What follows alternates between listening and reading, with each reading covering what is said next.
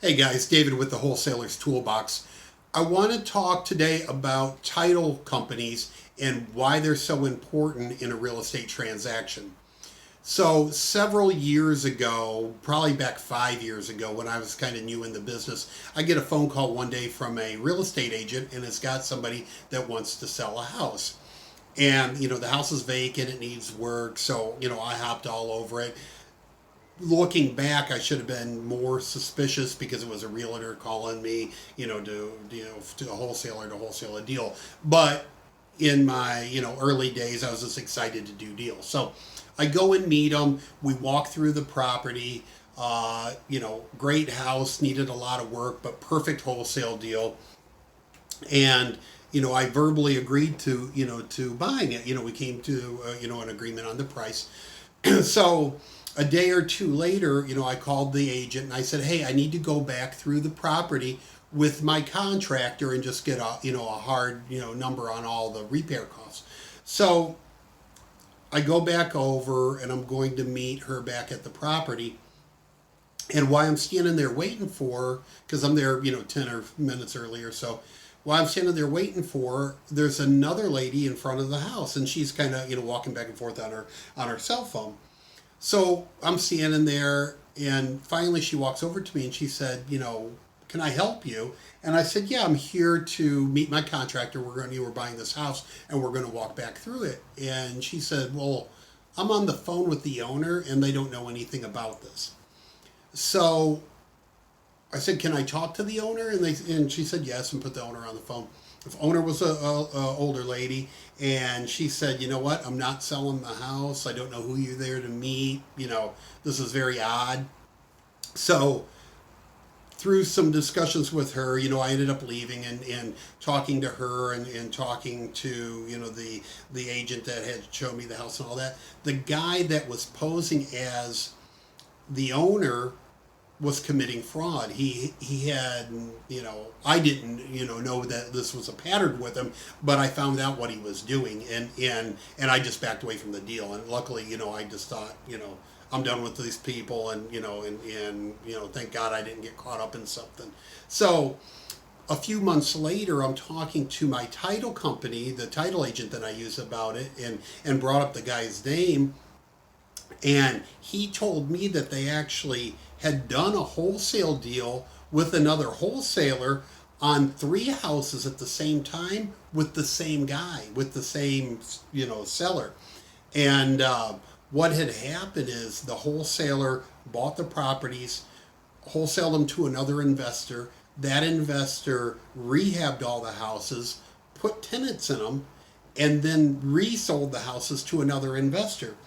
And then, after all that happened, they found out that the guy that sold him the house was a scam artist, that he didn't actually own the house. So, what he was doing was going to the Register of Deeds office and filing fake deeds and saying, forging the real owner's signature and saying that he purchased the house and then he was reselling them. So, what's the moral of the story? The moral of the story is that because a title company was used and they ensure that the properties have clean title, that they resolve the situation. They had to make it right with the people that bought the properties and the people that rehabbed them and all that. And luckily they were able to work out deals on two of the three houses where the real owner agreed to go ahead and sell the property and made things kind of right. But the title company took care of all that stuff. So if there wouldn't have been a title company involved in this, there would have been a whole lot of people out a whole lot of money. So let's talk about title companies for just a minute. What do they do? And really, they're they handle all the hard work and with a wholesaler. You go out and you find a property and you get it under contract, and then you have your buyer sign the assignment agreement. So you've got the contract and the assignment agreement, and you take that to the title company, and then the title company starts their work, and they research all the chain of title on the property. Who's owned it? Are there any liens against it? Are there mortgages? Did somebody get windows and not pay the window company?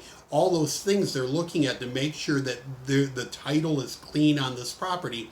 and then the buyer of the property buys a title insurance policy, and the title policy guarantees that in the past there's not going to be, owner or a lien or something where somebody's going to come up one day and say, knock on the door and go, hey, I'm the owner of this property, or hey, the person that used to own this house had me put a new roof on for $7,000 and you owe me the money.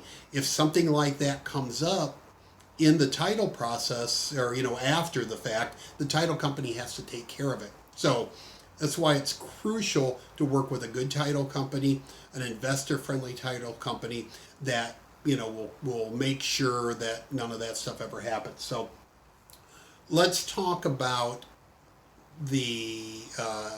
since we're talking about title companies, let's talk about deeds for a minute, okay? A title company, when you sell a property and somebody buys it, typically they do a warranty deed, okay? And a warranty deed just means that they're warranting that nobody's ever going to come up and knock on the door and say, hey, I own this place, or hey, there's a lien against this place, all right? And so on your deals, you're really looking for the seller of the property to have a warranty deed and to be conveying a warranty deed, okay?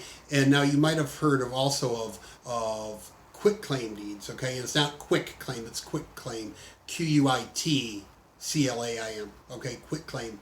And a quit claim deed isn't as good as a warranty deed. That's just a deed that says, hey, I own this property, I'm going to give it to you and give me some money, and that's it. And no title search is done, no checking of any mortgages or liens or anything like that. So, and quit claim deeds aren't usually even or a lot of time aren't done at title companies. So it could just be, hey, I met somebody and they have a house and they're going to sell it to me for $5,000, and they do a quit claim deed and boom, it's done.